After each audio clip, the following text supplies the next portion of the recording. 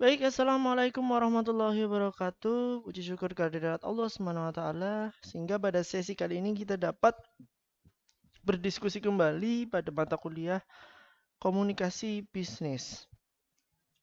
Nah, sambil refresh terkait dengan materi sebelumnya bahwa kita sudah mengetahui bahwa komunikasi itu dibagi menjadi tiga, yaitu komunikasi antar pribadi, komunikasi lintas budaya, dan komunikasi bisnis itu sendiri, seperti tema atau nama mata kuliah ini. Namun kemarin juga saya sempat sampaikan bahwa dalam komunikasi bisnis pun di situ akan ada pembahasan tersendiri atau ada dukungan dari komunikasi antar pribadi dan komunikasi lintas budaya.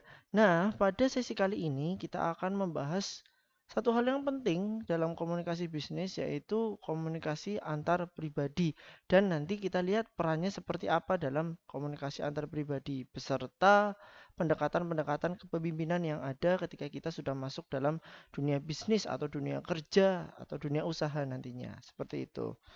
Mari kita mulai sesi kali ini. Nah, kemarin kita sempat sempat membahas terkait dengan komunikasi antar pribadi secara ringkasnya ya. Ini akan saya coba untuk ulang kembali di mana komunikasi antar pribadi merupakan komunikasi yang dilakukan antara seseorang dengan orang lain di dalam suatu masyarakat maupun organisasi sehingga komunikasi antar pribadi ini bisa dalam konteks bisnis maupun non bisnis karena bisa dilakukan di keduanya. Kemarin kita membahasnya di konteks non bisnis di mana itu di keluarga, di tetangga, teman, sejawat dan sebagainya ya.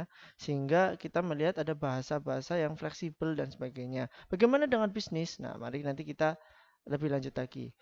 Nah, komunikasi antar pribadi ini menggunakan media komunikasi tertentu dan bahasa yang mudah dipahami, informal. Dan ternyata di bisnis pun juga menggunakan bahasa informal untuk mencapai suatu tujuan tertentu. Berdasarkan pengertian tersebut, at least ada 4 hal penting yang perlu diperhatikan dalam komunikasi antar pribadi baik di bisnis maupun non bisnis. Yang pertama adalah jelas dilakukan oleh 2 orang ataupun lebih. Yang kedua, menggunakan media tertentu, telepon, tatap muka, chat, atau apapun itu. Ketiga, bahasanya bersifat informal atau tidak baku. Ketika kita berbicara masalah interpersonal communication atau komunikasi antar pribadi ya bahasanya adalah informal, tidak baku gitu. Bisa bahasa daerah, bahasa gaul, bahasa campuran, atau apapun itu yang penting bisa dimengerti. Nah, yang keempat, tujuan yang akan dicapai bersifat personal. Namanya juga komunikasi antar pribadi. Sifatnya personal bila komunikasi terjadi dalam suatu masyarakat. Dan untuk pelaksanaan tugas pekerjaan bila komunikasi terjadi dalam suatu organisasi. Di suatu organisasi, komunikasi antar pribadi ini sebenarnya juga bersifat personal, tapi masih ada kaitannya dengan tugas-tugas atau job desk atau hal-hal yang berkaitan dengan pekerjaan. Bila itu ada di organisasi maupun perusahaan maupun tempat kerja, apalah itu. Yang penting masih ada kaitannya seperti itu. Di dalam masyarakat sendiri, komunikasi antar pribadi merupakan bentuk komunikasi antara seorang dengan orang lain untuk mencapai tujuan tentu bersifat pribadi. Ya biasa, ketika kita ngobrol, chit-chat dengan keluarga kita, ya kita pasti punya tujuan pribadi. Sekedar menanyakan bagaimana makanannya, menu makanan hari ini, gitu. Atau sama tetangga, gitu. Mau ngobrol apa, jualan, atau ngobrol terkait dengan isu-isu terkini dan sebagainya. Tapi dalam organisasi, ya, ini saya konteksnya bisnis ataupun non bisnis, karena organisasi itu tidak hanya organisasi bisnis, ada berbagai lembaga yang non profit ya, atau NGO gitu, non profit. Itu bisa juga lembaga amal, lembaga pendidikan dan yang lain sebagainya. Nah, di sini komunikasi antar pribadi atau antar individu merupakan komunikasi yang terjadi antara manajer dengan karyawan, karyawan dengan karyawan lain, manajer dengan manajer yang menggunakan media tertentu untuk mencapai tujuan tertentu yang bersifat pribadi. Tapi bersifat pribadi di sini masih ada kaitannya dengan hal yang ada di organisasi, bisa juga tentang pekerjaan, seperti itu. Biasanya komunikasi antar pribadi ini dilakukan di luar kondisi formal dalam suatu organisasi. Misalnya, kalau komunikasi di dalam rapat, meeting, seminar, atau lokakarya mungkin itu mungkin bersifat formal ya, formal karena di dalam rapat itu benar-benar membahas bagaimana strategi perusahaan. Kalau perusahaan ya membahas masalah laporan perusahaan, kondisi terkini perusahaan. Nah, mungkin komunikasi antar pribadi ini akan ada di luar itu. Contohnya ketika makan siang. Contohnya ketika sedang ngobrol-ngobrol kasak-kusuk di kantor. Ngobrol di dapur gitu. Gimana ini dan sebagainya. Tetap membahas terkait dengan perusahaan atau pekerjaan namun lebih bersifat dari pribadi masing-masing. Nah, seperti itu. Sekilasnya, itu salah satu contohnya. Masih ada berbagai macam contoh yang lain. Namun sebenarnya apa sih tujuan komunikasi antar pribadi itu? Nah, di sini sebenarnya like saja, cepat ya, yang ringan, nggak akan tidak saya beri penjelasan detailnya. Yang pertama adalah menyampaikan informasi. Sudah tentu yang namanya komunikasi adalah menyampaikan informasi. Ketika teman-teman mungkin selepas dari pekerjaan makan siang bisa menyampaikan informasi. Kamu tahu nggak sih kemarin katanya perusahaan kita mau ada ini, kita mau ada di bagian apa nih dan sebagainya. Kamu mau masuk bagian mana nih? Nah, itu menyampaikan informasi, tapi dengan bahasa yang lebih santai seperti itu. Kemudian yang nomor dua adalah bisa juga berbagi pengalaman. Kemarin saya ikut program ini loh, gitu. Katanya program ini besok akan diadakan lagi, gitu. Nah, ini berbagi pengalaman antar karyawan mungkin. Mungkin kalau kamu cocok di bagian itu bisa mengajukan diri ke Pak Bos gitu atau Pak Manajer dan sebagainya. Itu juga bisa. Nomor tiga, menumbuhkan simpati. Nah, dalam suatu pekerjaan pasti ada yang namanya eh emosional ya. Nah, simpati ini juga bersifat emosional. Bisa juga kita bercerita tentang itu kemarin pekerjaannya bagus loh gitu. Sayang dia sendiri, dalam arti dia bekerja secara mandiri, sedangkan teman-teman yang lain kurang kompeten. Tapi dia tetap tanggung jawab dan sebagainya. Oh, nanti kalau misalnya ada pengangkatan manajer baru, si A ini yuk kita calonkan gitu. Nah, itu juga bisa menumbuhkan simpati terhadap seseorang gitu. Saat makan siang atau saat ngobrol-ngobrol santai, mungkin di luar juga bisa gitu. Kemudian melakukan kerjasama, ya ini wajar lah ya kerjasama. Kerjasama kadang-kadang kita kalau melakukan kerjasama nggak hanya on desk ketika di kerjaan gitu. Saat-saat santai pun kita ngobrol. Justru ketika saat ngobrol santai itu semuanya keluar gitu. Maunya kita gimana sih, langkahnya kayak gimana sambil ngobrol santai. Makanya sekarang banyak sekali di Indonesia termasuk di kota Purwokerto sendiri banyak muncul-muncul kafe-kafe yang settingannya adalah setting-setting untuk ngobrol santai, ngobrol bisnis atau co-working itu ya. Bahkan di stasiun juga ada, di stasiun Cirebon saya tahu tuh di situ ada, biar bisa ngobrol sambil ngopi, sambil makan snack, tapi ngobrolin tentang perkembangan bisnis atau pekerjaan agar lebih santai. Dan sekarang metodenya semuanya masuk ke ranah situ. Kenapa? Karena komunikasi antar pribadi itu lebih eh, mengeluarkan sisi yang tersembunyi ketika itu tidak bisa dikeluarkan di formal gitu. Kemudian menceritakan kekecewaan atau kekesalan ini wajar. Banyak sekali mungkin yang mengeluh tentang pekerjaan, kurang sesuai dengan pekerjaannya dan sebagainya. Yang terakhir adalah menumbuhkan motivasi. Ini masuk juga dalam rangkaian ini ya, menumbuhkan motivasi untuk bekerja lebih giat. Ya kadangkala kalau di negara-negara seperti Jepang, Korea Selatan gitu. Biasanya selepas kerja di hari tertentu mungkin manajernya atau sesama karyawan itu mengajak teman-temannya untuk yuk kita makan dulu yuk, makan malam dulu bareng-bareng gitu. Di makan malam itu mungkin akhirnya lepas ngobrol dan sebagainya. Akhirnya yang tadinya udah lesu tentang pekerjaan akhirnya ternyata tak banyak teman-teman yang merasakan hal yang sama tapi tetap fighting dan sebagainya sehingga banyak atau menumbuhkan motivasi lagi terhadap pekerjaan tersebut. Nah, oke. Dalam komunikasi antar pribadi tentunya tidak terlepas dari sisi manajerialnya ya. Dari sisi manajerial kita akan menemui yang namanya gaya kepemimpinan. Karena kepemimpinan ini sangat berperan penting di dalam suatu organisasi. Ya, di mana di situ organisasi pasti ada atasan, bawahan. Atau bisa juga ada hierarki struktur organisasi. ada direktur, misalnya ada manajer, mungkin ada pelaksana teknis gitu ya, pelaksana teknis, staff dan sebagainya. Oleh karena itu, kita harus mengetahui gaya kepemimpinan apa yang sesuai apabila kita berada di posisi manajer khususnya. Walaupun dalam kepemimpinan itu semua komponen itu harus ada ya. Tadi ada manajer, ada yang memimpin, ada yang dipimpin dan sebagainya. Nah, gaya kepemimpinan pada dasarnya merupakan suatu cara bagaimana seorang pemimpin mempengaruhi, mengarahkan, memotivasi dan mengendalikan bawahannya dengan cara-cara tertentu sehingga bawahan dapat menyelesaikan tugas pekerjaannya secara efektif dan efisien. Banyak pemimpin tapi kadangkala tidak bisa memimpin dengan baik ya. Banyak sekali pemimpin mungkin yang tidak bisa memimpin dengan baik. Oleh karenanya memang susah yang namanya jadi pemimpin ya. Oleh karenanya perlu dipahami situasi, kondisi, dan aplikasi yang tepat. Karena belum tentu memimpin di organisasi A berhasil, ternyata ketika di organisasi B dengan gaya kepemimpinan yang sama itu bisa berhasil. Nah, pada intinya pemimpin itu harus bisa mempengaruhi orang lain untuk bisa mengikuti directnya dia, arahannya dia, mengarahkan juga iya, tidak hanya mempengaruhi, menyuruh dan order saja ya, dan hanya memerintah saja, tapi juga bisa mengarahkan at least. Berarti ketika kita bisa mengarahkan, pemimpin bisa mengarahkan, otomatis dia harus mempunyai basic-basic terhadap pekerjaan itu. Memotivasi pun juga. Karena apa? Memotivasi itu hal yang paling penting. Memotivasi kuncinya itu apa? Kuncinya adalah kita tahu kebutuhan orang. Karena belum tentu A dimotivasi dengan, misalnya contohnya dengan uang, itu sama dengan B.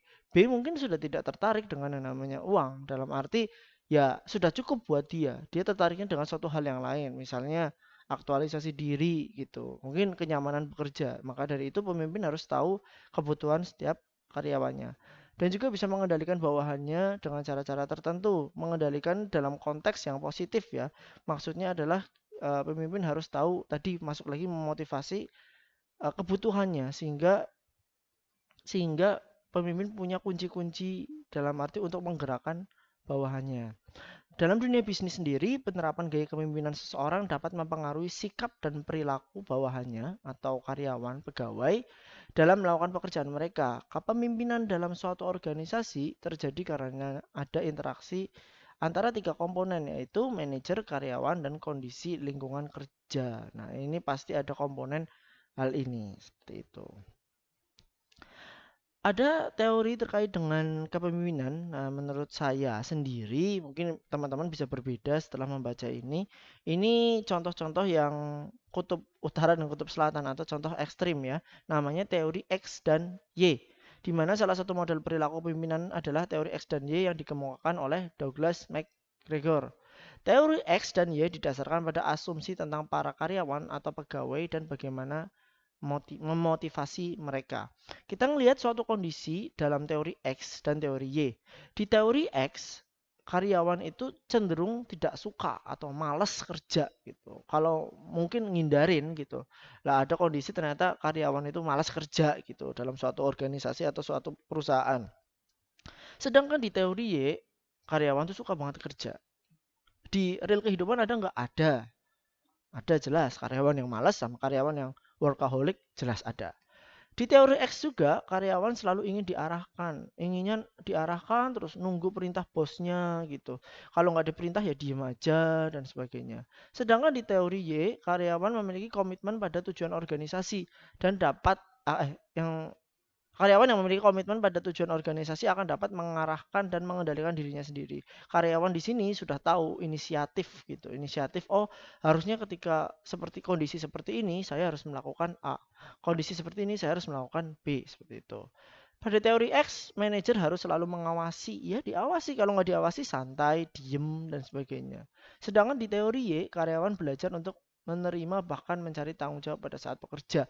Atau ketika tidak ada bosnya, ketika tidak ada atasan atau manajernya, ya karyawan bisa inisiatif sendiri. Kondisi tersebut di teori X dan Y ada di dunia nyata, seperti itu. Nah, asumsi yang dikembangkan dalam teori X pada dasarnya cenderung negatif ya. Kita ngelihat sendiri listnya malas kerja, selalu ingin diarahkan, harus selalu diawasi gitu ya. Dan gaya kepemimpinan apa sih yang cocok? Nah, gaya kepemimpinan yang diterapkan dalam organisasi adalah yang cocok untuk teori X adalah gaya kepemimpinan petunjuk atau directive leadership style. Direct, beri petunjuk, ngarahin. Pemimpin ini harus benar-benar mengarahkan karyawan-karyawan yang bentukannya malas kerja dan sebagainya, harus diawasi, ya, diawasi gitu. Coba kamu buat ini, diawasi, sedang kerja diawasi, mungkin nggak diawasi full gitu tapi bolak-balik dan sebagainya, agar apa, karyawan itu benar-benar fokus di pekerjaannya dan tidak mengabaikan pekerjaannya. Contohnya, gaya kepemimpinan petunjuk sangatlah tepat diterapkan ketika karyawan menjadi bawahan tersebut cenderung pasif, malas kerja, nggak kreatif dan tidak inovatif. Nah, ini contohnya seperti ini. Ada. Nanti adanya itu bukan karena suatu kondisi ya, memang dia males ya. Kalau mungkin di perusahaan yang profit dan perusahaan besar, ketika karyawan kayak gini dipelihara mungkin tidak gitu. Kadang-kadang kita juga ngetes mungkin berapa bulan dan sebagainya, kalau masih tetap pasif, males, kreatif, ya bisa digantikan atau di PHK gitu. Oleh karenanya nanti ada perkembangannya sendiri terhadap kondisi yang seperti ini pada realnya. Ini baru menjelaskan tentang kutub utara dan kutub selatan ya, X dan Y-nya dulu. Nah, kemudian yang Y ya, sementara asumsi yang dikembangkan dalam teori Y pada dasarnya cenderung positif dan gaya kepemimpinan yang diterapkan adalah gaya kepemimpinan partisipatif atau participate leadership style. Pada teori Y diasumsikan karyawan cenderung berperilaku positif, di mana karyawan pada dasarnya memiliki semangat kerjanya tinggi, nggak males kerja, kerjanya kepingin mandiri, dan memiliki komitmen yang tinggi dalam mencapai tujuan organisasi. Oleh karena itu, gaya kepemimpinan partisipatif sangat sesuai karena para karyawan dilibatkan dalam proses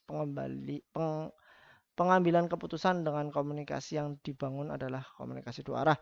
Nah, yang perlu ditekankan di sini adalah mungkin teman-teman tahu ya teori X dan teori Y. Bagaimana seandainya ketika teori X itu menggunakan kepemimpinan partisipatif dan teori Y menggunakan kepemimpinan petunjuk. Oke, kita bedah satu-satu. Ketika teori X menggunakan kepemimpinan partisipatif, itu nggak akan jadi. Semuanya harus ada sesuai dengan kondisinya. Seandainya karyawan yang malas bekerja tadi, yang butuh diarahkan dan sebagainya, diterapkan yang namanya gaya kepemimpinan partisipatif, ya nggak jadi karena mau diajak kerjasama, mau diajak urun rembuk atau memberikan pendapat, mereka pasif, diem dan sebagainya. Nggak diawasi pekerjaannya, malah mereka nggak bekerja. Itu bisa jadi kesalahan yang fatal. Dan begitu juga dengan teori Y ketika diajak terkait dengan pengarahan. Orang-orang di teori Y ini kerjanya tinggi dan kepengen kerja mandiri, kepengen leluasa dalam arti mereka ingin menunjukkan sesuatu. Kalau di direct terus, kalau diawasin terus, mungkin ada rasa tidak nyamannya di situ. Mereka mungkin merasa tidak diberi kebebasan untuk hal itu, padahal mereka ingin berkembang. Mereka dibatasi oleh pengawasan-pengawasan yang menurut kondisi ini tidak diperlukan, di mana mereka yang membutuhkan adalah partisipatif, pendapat mereka didengar, bukan di direct seperti itu. Nah, ini juga berlaku di teori Y. Sehingga situasi yang seperti apa sih kita harus menerapkan petunjuk dan partisipatif? Nah, kita nanti akan lihat lebih jelasnya di sini.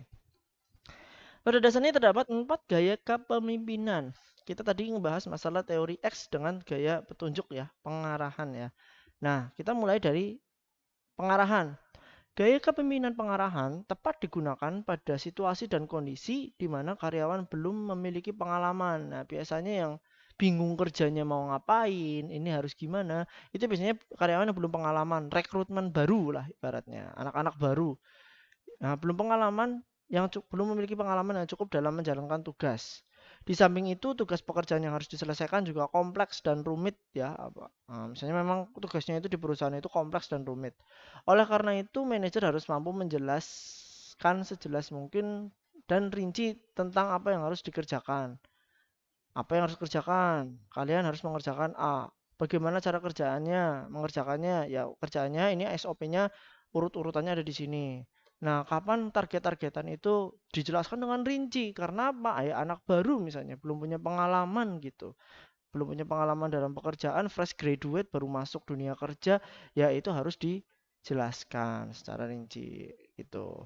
Kemudian ada gaya kepemimpinan pembekalan. Ini mungkin karyawannya juga berkembang ya setelah mengerjakan akhirnya memiliki pengalaman sedikit demi sedikit gitu. Nah, gaya kepemimpinan pembekalan tepat digunakan pada situasi dan kondisi di mana para karyawan telah memiliki pengalaman cukup dalam menyelesaikan pekerjaan. Di samping itu, karyawan memiliki motivasi yang cukup tinggi dalam menyelesaikan pekerjaannya. Dalam hal ini, manajer perlu memberikan penjelasan seperlunya terhadap tugas dan pekerjaan yang belum dipahami dengan baik oleh para karyawan. Apabila yang tadi pengarahan mungkin detail, kalau di pembekalan sudah mulai kalian sudah paham yang kemarin ya, apakah ada yang ditanyakan seperti itu? Oh, nanti baru ada yang ditanyakan terkait suatu pekerjaan yang baru misalnya atau suatu pekerjaan yang belum jelas bagaimana cara mengoperasikannya, cara mengerjakannya, kapan deadline-nya. Nah, itu baru manajer menjelaskan sesuatu hal yang belum dipahami dengan baik misalnya oleh para karyawan. Kemudian meningkat lagi dari gaya kepemimpinan kepembekalan ke dukungan.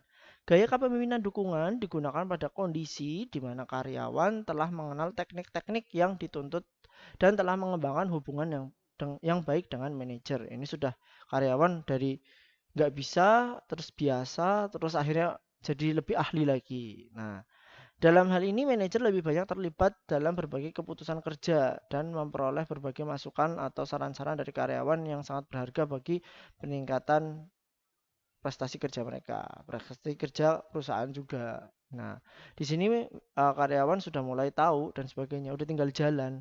Jadi kalau ada masukan-masukan ya nanti itu bisa dievaluasi manajer, mungkin masukan-masukan ke arah yang positif. Oh, kalau kemarin itu cuma melaksanakan teknis pekerjaan, ini udah ada usulan. Bagaimana Pak kalau pekerjaan ini kita lakukan dengan cara ini, tambahannya ini, strateginya diganti dengan ini dan sebagainya. Itu sudah manajer tinggal oh ya baik ya mendukung dan sebagainya sesuai dengan analisis manajer ya tentunya. Oh kalau belum sesuai ya oh jangan dulu, mungkin ini lebih tepat ketika digunakan saat apa dan sebagainya.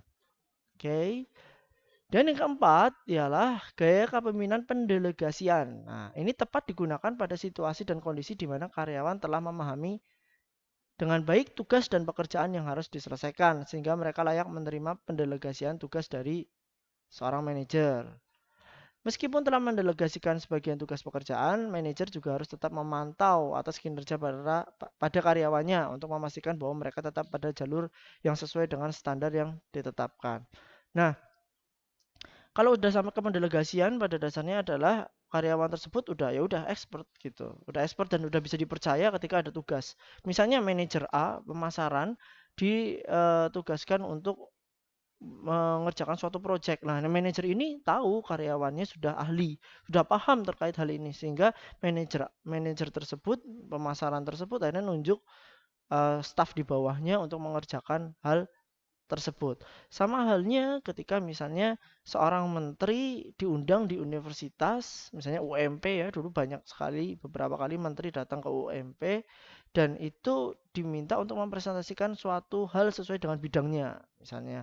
Dan menteri itu pasti akan membuat yang namanya presentasi atau konten dalam presentasi tersebut. Nah, itu bukan menterinya yang buat, tapi staf ahlinya misalnya dia delegasikan staf ahli untuk membuat konten tersebut. Kira-kira garis besarnya ini nanti akan dipresentasikan pada seminar yang ada di universitas. Tuh, itu salah satu pendelegasian juga. Di sini pemimpin itu sudah percaya ya terhadap kapabilitas, kemampuan dari karyawannya. Seperti itu. Itu tadi 4 gaya kepemimpinan. Ada juga tambahan terkait dengan gaya kepemimpinan situasional. Pada praktiknya, gaya kepemimpinan yang diterapkan oleh seorang manajer, ini real ya di lapangan, baik organisasi bisnis maupun non-bisnis, itu berubah seiring dengan perubahan dinamika yang berkembang dalam diri karyawan ya. Karyawan itu kan dinamis juga, nggak statis. Namanya juga sumber daya manusia. Manusia itu akan selalu dinamis dan berubah. Oleh karena itu, gaya kepemimpinan yang dipilih dalam suatu kondisi tertentu barangkali tepat diterapkan pada saat itu. Tapi jika situasinya berubah, gaya kepemimpinan yang diterapkan juga dapat berubah. Namanya ini gaya kepemimpinan situasional. Tadi kalau kita konteksnya organisasi A, gaya kepemimpinan seperti ini cocok, tapi diterapkan di B tidak cocok. Nah, ini dalam organisasi yang sama, mungkin gaya kepemimpinan itu bisa berubah-ubah sesuai dengan dinamika yang ada di dalam organisasi, khususnya dinamika dari karyawannya, seperti itu. Oke. Nah, situasional ya, tadi situasional. Menurut Harsey and Blanchard ada kemampuan atau keterampilan yang penting yang perlu diperhatikan dalam menerapkan kepemimpinan situasional. Kenapa penting? Ya, karena memang itu dinamis gitu. Ketika dinamis, ya perlu yang namanya keterampilan khusus. Mau jadi manajer, mau dengan eh, return yang besar atau salary yang besar, otomatis harus memikirkan atau bertanggung jawab terhadap sesuatu yang lebih besar lagi. Maka dari itu seperti kita lihat makin ke atas sebenarnya secara teknis itu manajer itu tidak terlalu banyak pekerjaan teknis, tapi secara pemikiran dan tanggung jawab itu justru malah semakin besar. Maka dari itu tidak banyak seorang manajer di luaran sana ya, kalau dari cerita teman saya misalnya di suatu lembaga keuangan seperti itu banyak sekali yang konsumsi-konsumsi obat pusing kepala atau obat antidepresan dan sebagainya. Tapi itu tergantung manajemen emosionalnya ya. Nah, sekarang maka dari itu sebelum menjadi manajer atau sebelum menjadi pimpinan perlu diketahui yang namanya keterampilan-keterampilan tertentu. Yang pertama adalah keterampilan analitis, di mana keterampilan analitis merupakan keterampilan yang harus dimiliki manajer dalam melakukan evaluasi atau penilaian kinerja bawahan dalam melaksanakan pekerjaan mereka. Selain itu, manajer juga harus memberikan dorongan atau motivasi yang tepat agar mereka dapat melaksanakan tugas dengan baik. Nah, kenapa keterampilan analitis? Karena manajer apapun, mau pemasaran, produksi, mau SDM atau bahkan general manager, direktur, itu ketika mengambil keputusan, apalagi keputusan terhadap kinerja karyawannya, mengevaluasi kinerja bawahannya, itu berdasarkan hasil analisis, tidak boleh berdasarkan emosional. Kenapa? Karena otomatis itu jangkanya tidak hanya jangka pendek saja, tapi juga jangka panjang. Contohnya, ketika manajer mengatakan bahwa bawahan itu tidak bekerja dengan baik, itu harus ada hasil evaluasinya, analisisnya. Contohnya, ternyata melalui checklist SOP-nya karyawan tersebut adalah melakukan A, B, C, D, E. Tapi ternyata B, C, D tidak dilakukan. Itu bisa dikatakan bahwa itu tidak sesuai. Tapi ternyata ketika A, B, C, D, E dan karyawan sudah melakukan pekerjaan tersebut, nah itu harusnya tidak boleh dikatakan itu tidak baik gitu. Nah, atau mungkin terhadap aturan atau terhadap surat tugas yang diperintahkan terhadap karyawan tersebut itu juga bisa. Itu terhadap SDM. Kalau terhadap kinerja itu contohnya juga bisa. Contohnya dalam bidang pemasaran, manajer mencanangkan dalam satu rapat untuk mencapai target pasar sekian persen. Contohnya 50% meningkatkan pangsa pasar. 20% ya, 20% saja. Tapi pada kenyataannya ternyata jangankan separuhnya, bahkan mencapainya hanya 5%. Nah, oleh karena itu boleh dievaluasi kepada pelaksana-pelaksana yang ada di bawahnya. Kenapa target kita yang 20% dengan hasil analisis seperti ini, seperti ini, seperti ini, kok di lapang hanya 5% atau seperempatnya saja. Nah, itu perlu dievaluasi lagi terkait kinerjanya. Itu yang pertama. Jadi semuanya berdasarkan analisis berdasarkan perhitungan yang baik, berdasarkan aturan yang jelas juga. Aturan itu pun dibuat dengan hasil analisis, nggak boleh, tidak boleh serta-merta karena emosional, like, dislike, suka tidak suka, aku nggak suka kamu, ya kamu saya pindahkan aja di bidang lain atau kamu saya pecat, itu nggak bisa. Seperti itu. Oke, kemudian yang kedua adalah keterampilan fleksibilitas. Nah, pada keterampilan fleksibilitas ini perlu dimiliki ya untuk dalam seorang manajer dalam menerapkan gaya kepemimpinannya, dan ini juga berdasarkan hasil analitis yang tepat pula gitu. Sebagai contoh, jika awalnya manajer menerapkan gaya kepemimpinan directing, perkembangan yang terjadi menunjukkan bahwa karyawan semakin tinggi, semakin semangat kerjanya gitu ya, dan tanggung jawabnya juga semakin tinggi, maka gaya kepemimpinan yang diterapkan bisa berubah menjadi delegating gitu, mendelegasikan. Ini juga harus fleksibel kepemimpinan. Kita ngelihat dinamika yang ada sama yang tadi ya.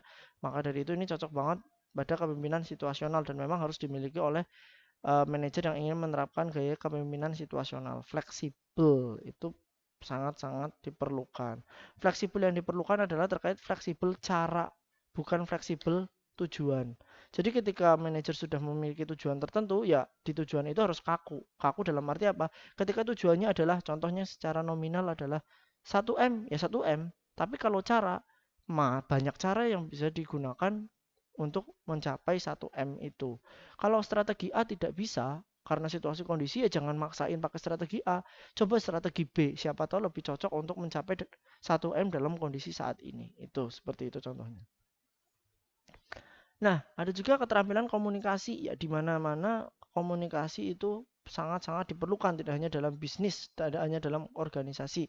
Tapi dalam organisasi, keterampilan komunikasi merupakan keterampilan yang dimiliki oleh manajer untuk menyampaikan ide atau gagasan pada bawahannya, termasuk bagaimana harus menjelaskan perubahan gaya kepemimpinan kepada bawahannya. Misalnya awalnya adalah directing, kepengen delegating, itu juga mungkin bisa disampaikan kepada bawahannya. Oke, karena saya melihat dari hasil analisis teman-teman sudah bisa berkembang, sudah bisa melakukannya sendiri, maka kemungkinan ke depan ini saya tidak akan terlalu banyak untuk masuk ke dalam pekerjaan teman-teman, atau teman-teman bisa bereksplorasi sendiri dan sebagainya, itu mungkin bisa disampaikan. Yang terpenting adalah bagaimana mengkomunikasikan ide atau gagasan tersebut dengan jelas dan mudah dipahami oleh karyawan sehingga dapat dihindari kesalahpahaman dalam berkomunikasi. Contohnya seperti itu. Kadangkala perlu komunikasi-komunikasi yang tertulis, kadangkala perlu yang lisan. Dan kadangkala pula, bukan kadangkala ya, situasional saja bisa didukung dengan komunikasi nonverbal yang semakin menguatkan pesan dari komunikasi tersebut. Nah, kadangkala ya memang ya komunikasi yang baik itu sangat-sangat diperlukan sehingga tidak terjadi kekakuan dalam menjalin kerjasama seperti itu.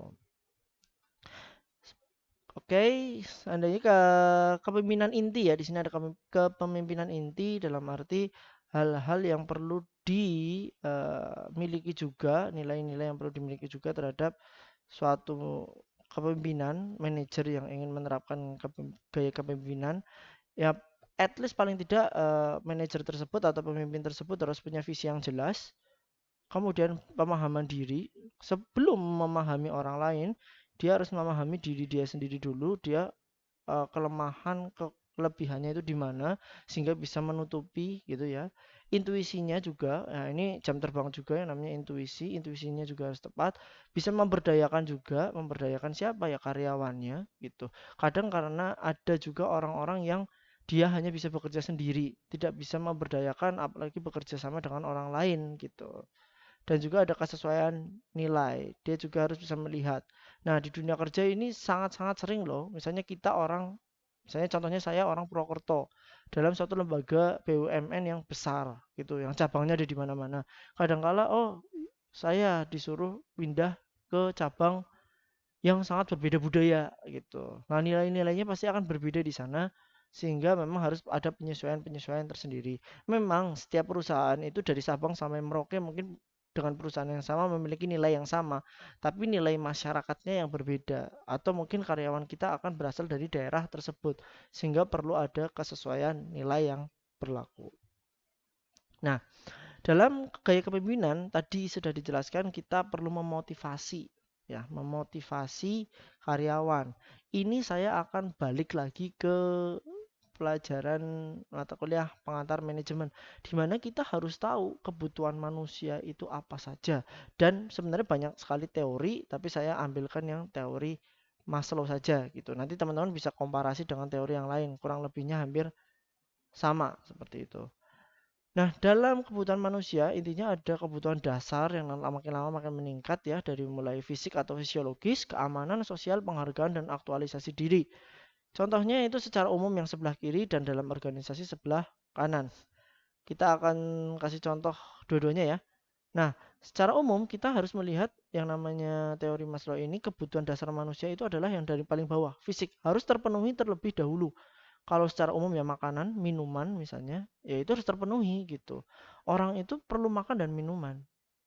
Gitu, itu harus terpenuhi dulu. Di pekerjaan, orang yang bekerja biasanya menuntut hal yang paling mendasar, yaitu apa? Upah minimum. Kadangkala bertanya kepada diri masing-masing, biasanya kalau kita mendaftar di suatu pekerjaan, apa yang apalagi fresh graduate ya, apa yang pertama kali kita ingin capai atau ingin dapatkan? Pasti yang pertama adalah upah minimum. Makanya itu jadi hal yang ibaratnya dipin lah oleh calon-calon pelamar kerja. Oke. Nah, ketika faktor fisik atau fisiologis tersebut sudah terpenuhi, akhirnya baru meningkat kemana? Ke faktor atau ya faktor keamanan, di mana dalam contoh secara umum di masyarakat adalah kestabilan, ya stabil.